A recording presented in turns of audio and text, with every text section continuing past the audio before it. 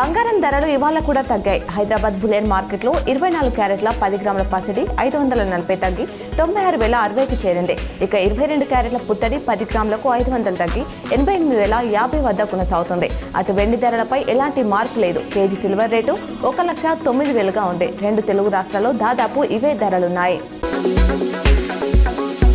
తిరుమలలో భక్తుల రద్దీ సాధారణంగా ఉంది. టోకెన్ లేని భక్తులు సర్వదర్శనానికి 3 గంటల సమయం పడుతుంది. వైకుంఠం క్యూ కాంప్లెక్స్లోని 3 కంపార్ట్మెంట్లలో భక్తులు వేచి ఉన్నారు.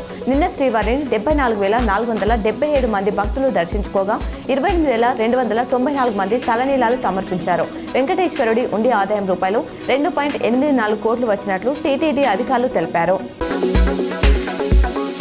టీపీసీసీ కొత్త కార్యవర్గంలో వీలైనంత ఎక్కువ మందికి అవకాశాలు ఇవ్వాలని కాంగ్రెస్ అధిష్టానం భావిస్తుంది. 30 మంది ఉపాధ్యక్షులు 75 మంది ప్రధాన కార్యదర్శులతో వారం రోజుల్లో జాబో కార్యవర్గాన్ని ఏర్పాటు చేయనున్నట్లు సమాచారం. నామినేటెడ్ పదవిలో ఉన్నవారు పార్టీ పదవి కావాలనుకుంటే తమ పదవికి రాజీనామా చేయాలనే రూల్ పెట్టినట్లు టాక్. కార్యవర్గ కూర్పుపై చర్చించేందుకు ఇవాళ ఏఐసీసీ చీఫ్ ఖార్గేతో టీపీసీసీ చీఫ్ భేటీ కానున్నారు.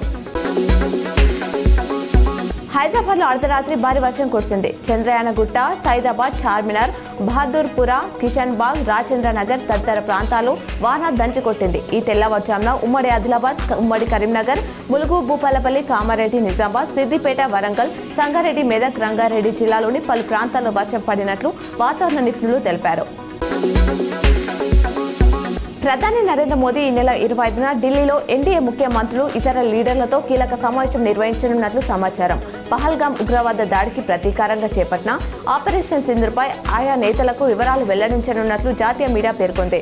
పాకిస్తాన్లోని ఉగ్రవాద శిబిరాలపై చేసిన దాడులు, కాల్పుల విరమణ తదితర అంశాలను వివరిస్తారని తెలుస్తోంది.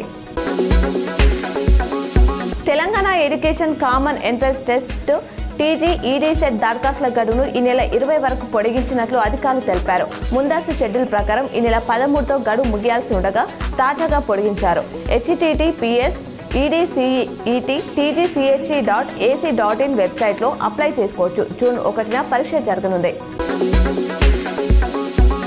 జయశంకర్ భూపాలపల్లి కాళేశ్వరంలో రేపటి నుంచి ఈ నెల 26వ తేదీ వరకు సరస్వతి నది పుష్కరాలు జరగనున్నాయి. 12 ఏళ్లకు ఒకసారి జరిగే ఈ పుష్కరాలకు తెలంగాణతో పాటు ఆంధ్రప్రదేశ్, ఛత్తీస్గఢ్, కర్ణాటక, మహారాష్ట్ర నుంచి అధిక సంఖ్యలో భక్తులు తరలి వస్తారు.